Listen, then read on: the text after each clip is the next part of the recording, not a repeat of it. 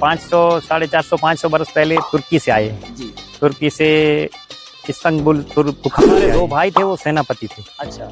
तो दो भाई सेनापति, तो उन लोगों ने जो किंग थे ना, ये हाँ। शाह मुराद, इन लोगों ने फकीरी ले ली। अच्छा। राजापाट छोड़ दिया। राजपाट छोड़ दिया तो फकीरी ले ली। तो हमारे दो सेनापति भी उनके साथ आ गए।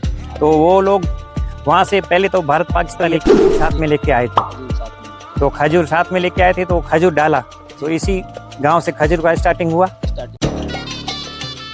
नमस्कार साथियों, आज हम आपको एक ऐसे शख्सियत से मिलाने वाले हैं जो राजा रियल में थे और अभी भी इनका गांव आपका सम्मान राजा की तरह ही करता है। हम अभी हैं मुंद्रा में, जो है कच्छ का एक बहुत बड़ा हिस्सा, और कच्छ में जो मुंद्रा है वो एक बहुत बड़ा व्यापारिक केंद्र है। यानी कि कहा जाए तो भारत का सबसे बड़ा व्यावसायिक केंद्र यहाँ पर मौजूद है, जिससे भारत की अर्थव्यवस्था को संभाला जाता है। यहाँ से समझ लीजिए कि भारत की अर्थव्यवस्था की संचालन किया जाता है। और एक बहुत बड़े व्यापारी हैं, उनकी रीढ़ की हड्डी इसी व्यापार से जुड़ी हुई है। यानी कि हम एक बहुत बड़े रिच मैन की बात कर रहे हैं, वो आगे वीडियो में आपको बताएंगे। पहले हम सर के पास आपको ले चलते हैं, जो रियल किंग है। सर नमस्कार। नमस्कार सर, क्या नाम है आपका? मेरा नाम है अब्दुल कादर तुर्क। अब्दुल कादर तुर्क। सबसे पहले तुर्क का ही अर्थ जान लेते हैं। सर, हम लोग 500 450 500 बरस पहले तुर्की से आए हैं। जी। तुर्की से इस्तांबुल बुखारा से आए हैं। बुखारा। और हमारा क्या, पहले उधर एक शाह मुराद बुखारी की दरगाह है, जो मुंद्रा गांव में। वो वहाँ के किंग थे, राजा थे। जी। तो हमारे दो भाई थे, वो सेनापति थे। अच्छा। तो दो भाई सेनापति, तो उन लोगों ने जो किंग थे ना, ये शाह मुराद, इन लोगों ने फकीरी ले ली। अच्छा। राजपाट छोड़ दिया। राजपाट छोड़ दिया तो फकीरी ले ली। तो हमारे दो सेनापति भी उनके साथ आ गए। तो वो लोग वहाँ से, पहले तो भारत पाकिस्तान एक ही था। जी, जी, जी। तो पहले वो लोग आए वहाँ से सिंध में, पाकिस्तान। जी। वहाँ से कैमल चराते चराते आ गए, ऊँट चराते चराते। जी। फिर वहाँ से आ गए ये यहाँ पे। फिर यहाँ पे आ गए तो ये खजूर साथ में लेके आए थे। तो खजूर साथ में लेके आए थे, तो खजूर डाला।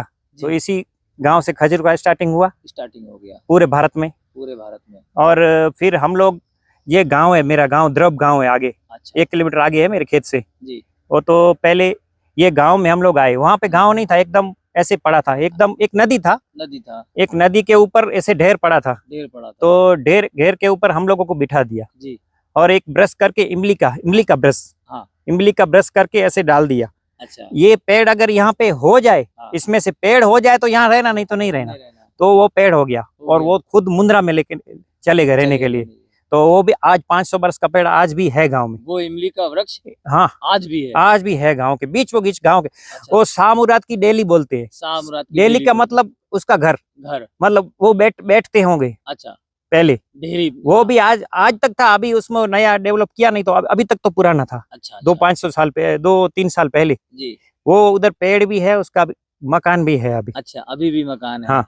और हम लोग यहाँ पे जब आए ना सर जी, तो अब अकबर का राज था। अकबर, हम लोग अकबर के वक्त में आए हैं। अच्छा। अकबर का राज था। तो हम लोगों को यहाँ पे, जो आप मांडवी गए ना? हाँ, मांडवी गए थे। वो विजय विलास गए ना? हाँ, हाँ, हाँ। वो किंग के पास, वो किंग ने हम लोगों को, दादाजी को बुलाया, मतलब अच्छा, हमारे जो आदमी दो आए थे, हाँ, उनको बुलाया।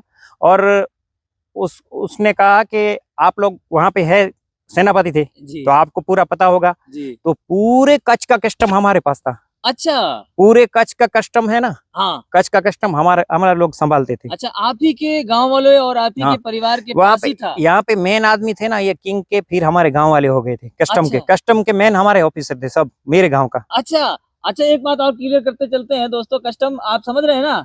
कस्टम मतलब वो कर जो समुद्री यात्रा के माध्यम से जो हमारे देश में आता है, हमारी देश की सीमाओं से टच करता है, उससे कस्टम के रूप में कर लिया जाता है। और चेकिंग की अधिकार सिर्फ उसी कस्टम के डिपार्टमेंट के पास है, जिसको आज हम कस्टम डिपार्टमेंट बोलते हैं।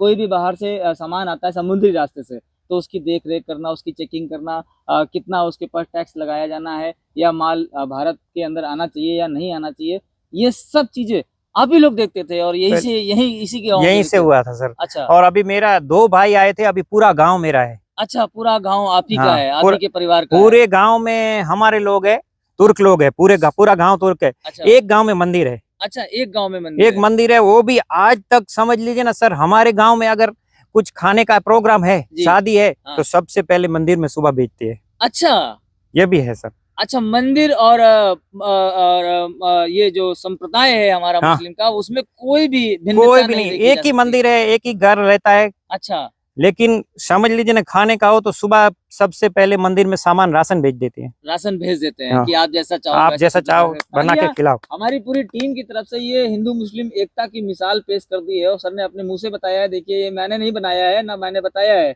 एक मंदिर है, वहां पे एक ही घर है, और हो सकता है वो पुजारी जी का हो। पुजारी है, पुजारी है, पंडित हैं, आप सोचिए। और अभी तो सर पुजारी भी रह रहे, खाली एक दो बेचारी लेडीज 3-4 है। अच्छा, लेकिन गाँव संभालता है उसको आराम से। अच्छा, कुछ भी नहीं है, कोई मतलब उसमें कोई मतलब नहीं है। पूरा कुछ भी काम हो, कुछ ऐसा हो कुछ। अच्छा, आपने देख सुन लिया है। एक फैमिली है हिंदू की, पूरे तुर्किस्तान के जो लोग थे, जो 500 साल पहले यहाँ आए थे, जो किंग फैमिली से हैं, और उन्होंने उस फैमिली को आज भी संभाल के रखा है, सुरक्षित रखा है। और जो मंदिर है उसकी पूरी व्यवस्था भी आप ही लोगों के हाथ में है। जब समझ ऐसा कह सकते हैं कि सुबह का जो प्रार्थना होती, प्रेयर होती है, उसमें शामिल होते भी हैं, और पूरा राशन पानी की व्यवस्था शाम तक की वो करते रहते हैं पर डे। कोई प्रॉब्लम उनको कोई सर प्रॉब्लम नहीं है। उनको भी प्रॉब्लम है, हमको भी कोई प्रॉब्लम नहीं है सर, आज तक नहीं हुई कोई प्रॉब्लम।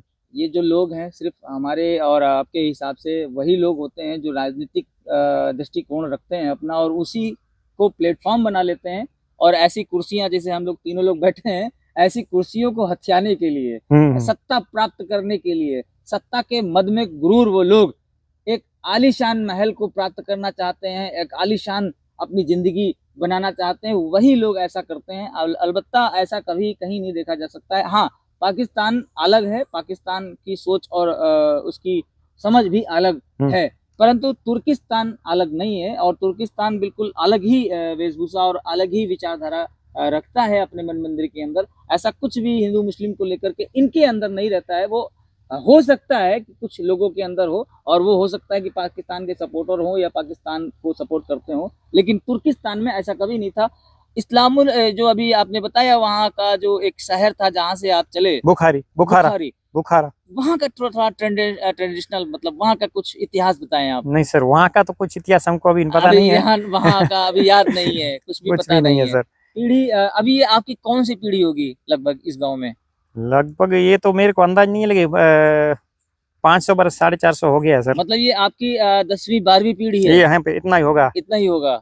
अभी आपके वंशज तो बहुत ज्यादा साल हो गए, आप 12वीं पीढ़ी हम ऐसा कह सकते हैं, 12वीं पीढ़ी में हम लोग आपसे मिल रहे हैं। और दरगाह भी है बुखारी साहब की, मुंद्रा में। अच्छा, और खजूर भी हम लोग ही लेके आए थे, यहाँ से स्टार्टिंग हुआ है। यहाँ से स्टार्टिंग, ये मेरे द्रब गांव से ही खजूर स्टार्टिंग हुआ है, पूरे भारत में समझ लीजिए। अरे वाह, यह खजूर नहीं, अभी ये खारिक हो गया। खारिक हो गया, ये लो लाल हो गया, मतलब लाल हो गया, इसको खारिक बोलते हैं, खारिक बोलते हैं।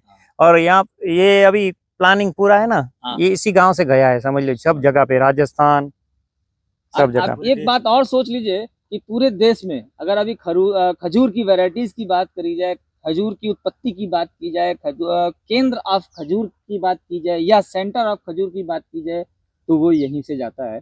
यहाँ से सर ने बताया हम कलम तैयार करते हैं, और एक पेड़ में 7 से 8 कलमें होती हैं, जो ये लगातार विकसित करते रहते हैं, उसकी वैरायटी को विकसित करते रहते हैं, लगातार उस पर रिसर्च चलता रहता है, शोध चलता रहता है, काम चलता रहता है। उसके बाद कहीं जाकर के एक बेटर कलम बनाई जा सकती है और बनाई जाती है, और फिर उसे भारत के अन्य हिस्सों में हमारे किसान भाइयों के पास भेजा जाता है।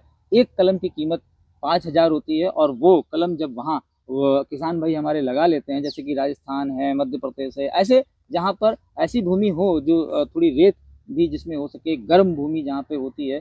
ये आप देख रहे हैं, ये बलुआ मिट्टी है, इसमें बालू मिक्स है, इसको इसलिए बलुआ मिट्टी बोलते हैं। और ये अभी यहाँ तो क्या है कि इस मिट्टी को आप थोड़ा सा जमान पर रखेंगे तो इसमें आपको नमक भी मिलेगा, और अन्य जगहों पे नमक नहीं मिलता है, बालू उसके अंदर मिक्स होती है। तो ऐसी भूमि हमारे उत्तर प्रदेश में भी है, मध्य प्रदेश में भी है, बिहार में भी है, बहुत सी ऐसी जगहों पर है जहाँ पर नदियाँ लगातार बहती हैं।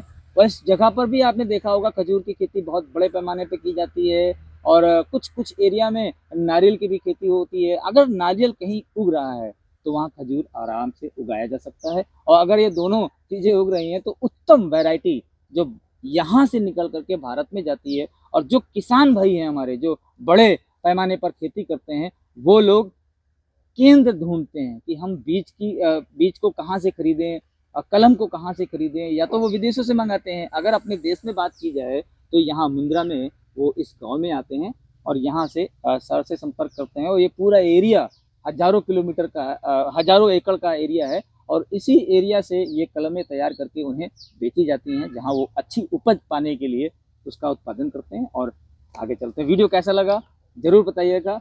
और हम सब आप लोगों से यही रिक्वेस्ट करेंगे, बहुत मेहनत लगती है बनाने में इसे, और यहाँ तक आने में ये कच्छ गुजरात की यात्रा लगातार जारी है और अभी बहुत कुछ आपको दिखाना बाकी है।